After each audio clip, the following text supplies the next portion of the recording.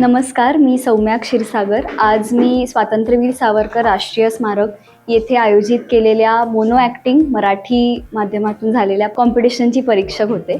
So overall सगळ्याच मुलांनी बहारदार परफॉर्मन्सेस केले.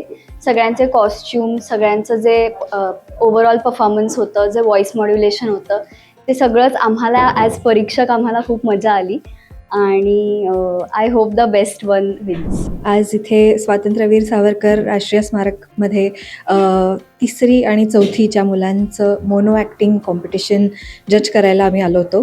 तर खरं तर लहान म्हणजे मुलं खूपच लहान आहेत, पण त्यांची भाषा आणि त्यांची ॲक्टिंग, त्यांचे विचार हे बघून सरप्राईज व्हायला झालं.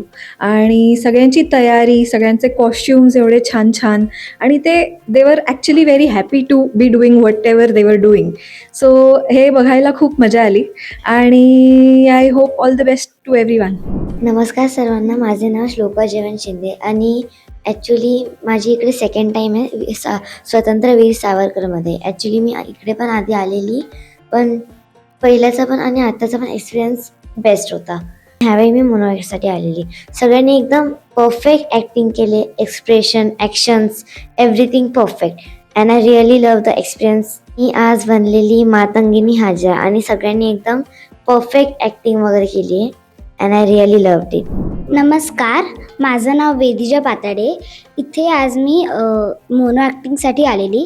इथे खूप मुलं आलेली, तिसरी आणि चौथी. सगळ्यांनी वेगवेगळे वेशभूषा केलेल्या, सगळ्यांची वेगवेगळी ॲक्टिंग होते, एक्सप्रेशन्स मस्त होते.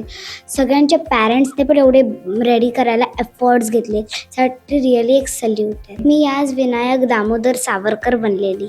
असं वाटलं की आपण आज असं नॉर्मल राहतो, पण तेव्हाच्या काळात ते एवढे लढले आणि आज आपला देश स्वातंत्र्य त्यांच्यामुळे झाला, म्हणून त्याच्यामुळे खूप असं अंगावर काटे आले ते वाचताना. पण